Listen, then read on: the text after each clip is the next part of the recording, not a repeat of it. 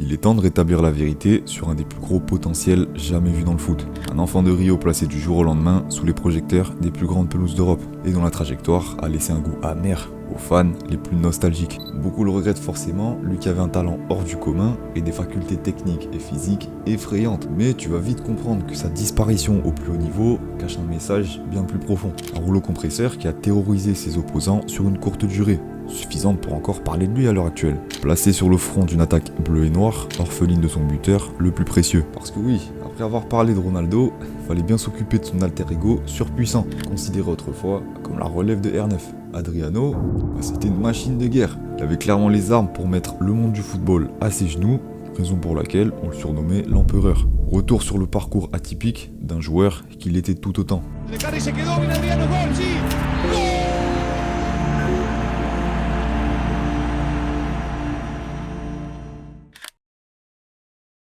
De son vrai nom, Adriano Leite Ribeiro, le petit Brésilien voit le jour à Vila Cruzeiro, un des quartiers les plus pauvres de Rio. Et dès le départ, beaucoup font le raccourci entre quartier pauvre et enfance difficile. Adriano, lui, il voit les choses différemment et déclarera garder de bons souvenirs, contrairement à ce qu'on pourrait croire. Bien évidemment que sa famille ne roulait pas sur l'or, mais bon, lui il s'en fout, il aime les choses simples et ça aura son importance pour mieux comprendre la suite des événements. Lorsqu'il grandit, le petit Adriano, il fait quoi?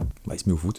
Il joue avec ses amis dans les allées de sa favela, avec comme plus grand fan sa grand-mère, qui l'accompagnait et le soutenait à tous ses matchs, et qui aura une importance capitale dans son développement. Et c'est même toute sa famille avec qui il entretient un lien fort, qui lui donnera les moyens d'intégrer dès ses 7 ans l'académie de Flamengo. Le club de Rio, je te le présente plus. Il reste énormément de temps là-bas et connaît plusieurs postes. De latéral à défenseur central, en passant par le milieu de terrain. Le jeune crack apprend et va vite se confronter à un premier tournant dans son aventure. En effet, le club doit faire un choix concernant les joueurs à garder ou non pour la suite de la formation. Et disons que Adriano, il faisait plus trop partie des plans quoi. Donc ce qui semble être la fin pour notre jeune pépite.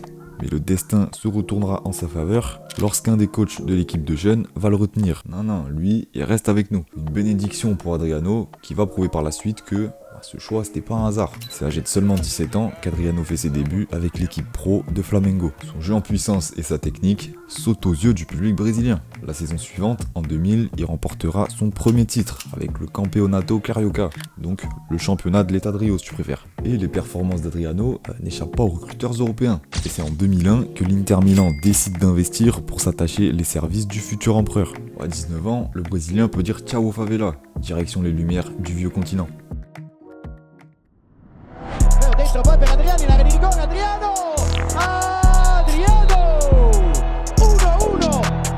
Alors comment dire, le mec inscrit son premier but lors de son premier match sur coup franc contre le Real Madrid.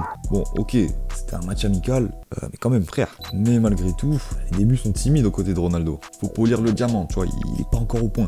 Et pour cela, il va d'abord être prêté à la Fiorentina pour la deuxième partie de saison, où il va réussir à se montrer déjà plus prolifique. Avec 6 buts en 15 matchs, malheureusement pas suffisant pour empêcher la relégation du club la saison suivante. Une fois son prêt terminé, Adriano fait demi-tour et rebondit à Parme, où il confirme son immense potentiel, avec un exercice 2002-2003 à 15 buts au sein du Calcio. Sa palette offensive et son physique de taureau font tourner la tête au terrain d'en face. Bon, à partir de là, l'Inter, ils sentent la patate, ils se disent bon c'est bon, ramène-le ton pote là. Et il reviendra chez les Nerazzurri en 2004. Une année charnière pour lui puisqu'il va se passer pas mal de choses. Avec l'étiquette de véritable crack brésilien, les comparaisons avec R9 sont évidentes. Attaquant de l'Inter, brésilien, crâne rasé, puissance physique, aisance technique, frappe de balle, tout y est.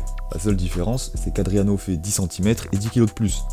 Tous les espoirs sont misés sur lui pour faire oublier le départ d'Il Fenomeno au Real Madrid. Et après une nouvelle demi-saison satisfaisante, Adriano a rendez-vous l'été même avec la Seleção pour la Copa América 2004. Le tout sans Ronaldo, ni Ronaldinho, ni Cafu, ni Roberto Carlos. Ouais, c'était l'équipe bis parce qu'il me semble qu'à cette période-là, l'équipe voulait reposer les cadres. Du coup, Adriano, il avait champ libre dans cet effectif. Et bon, ça a plutôt payé, on va dire, puisque du haut de ses 22 ans, le Brésilien n'a absolument pas déçu, devenant l'arme fatale de la Seleção dans la conquête du trophée. Le Brésil élimine ses adversaires un par un avec plus ou moins de difficultés. Et le jeune empereur se hisse jusqu'en finale en étant meilleur buteur du tournoi. Contre le rival argentin, la Seleção fait face à un match serré qui verra l'Argentine prendre l'avantage dans les dernières minutes et filer droit vers la Copa. C'était sans compter sur Adriano, buteur à la dernière minute, pour arracher l'égalisation de partout.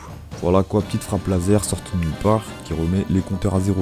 Et non, il n'y aura rien à gratter en prolongation, tu sais où ça va se finir cette histoire. Le Brésil s'impose au tir au but et Adriano termine meilleur joueur du tournoi avec cette réalisation. Une première consécration symbolique pour l'empereur. Adriano a tout intérêt à savourer ce trophée, car à Milan, on l'attend au tournant pour la saison suivante. Mais alors qu'Adriano était au sommet de sa forme, il reçoit un appel début 2004, alors qu'il prépare tranquillement la saison avec l'Inter. Cet appel venant du Brésil va totalement détruire sa carrière, puisqu'on lui annonce le décès soudain de son père des suites d'une crise cardiaque, à l'âge de seulement 44 ans. Javier Zanetti, coéquipier et ami d'Adriano à l'époque, était bien présent au moment où il a appris cette terrible nouvelle. Quand il a reçu cet appel lui annonçant la mort de son père, nous étions dans la pièce. Adriano a raccroché et s'est mis à hurler d'une façon que personne ne peut imaginer.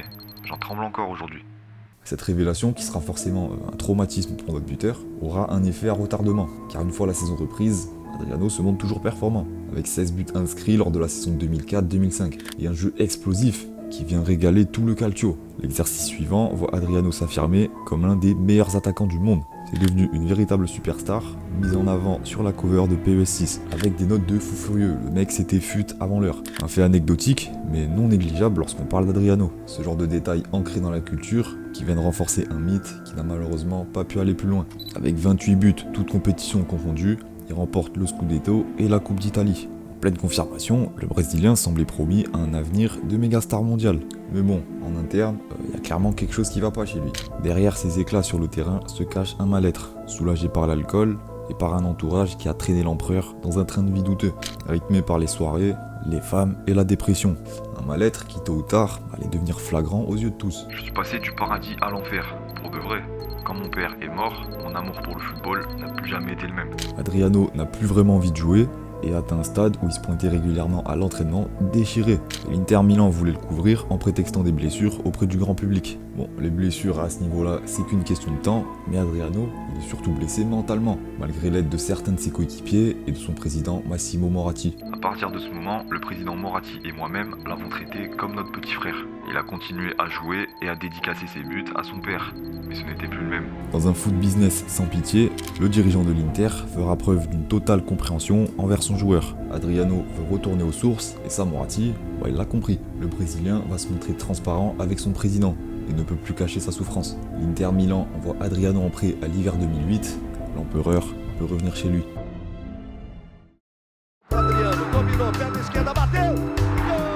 Adriano est prêté à Sao Paulo pour 6 mois. Le Brésilien retrouve un niveau de jeu correct, avec la quasi-vingtaine de buts inscrits sous le maillot blanc, de quoi convaincre l'Inter de le rapatrier pour la saison 2008-2009. Mais malgré les efforts du club et de Mourinho pour le faire revenir à son meilleur niveau, Adriano n'a plus les épaules et retombe dans ses travers. Le retour sera très bref aux côtés de Zlatan Ibrahimovic, et durant la fin de saison 2009, alors qu'il est avec la Seleção, l'empereur ne veut pas rentrer en Italie. Il n'a plus la force ni l'envie de jouer en Europe. Massimo Moratti, toujours conscient de la situation, va résilier son contrat avec l'Inter. Et le Brésilien fait une croix sur un gros chèque afin de faire passer sa santé avant le reste. Il a toujours été cool avec ça. Il m'a laissé mon espace car il savait ce que je vivais. J'ai fait plusieurs allers-retours entre l'Italie et le Brésil, mais à la fin, je ne pouvais pas lui mentir.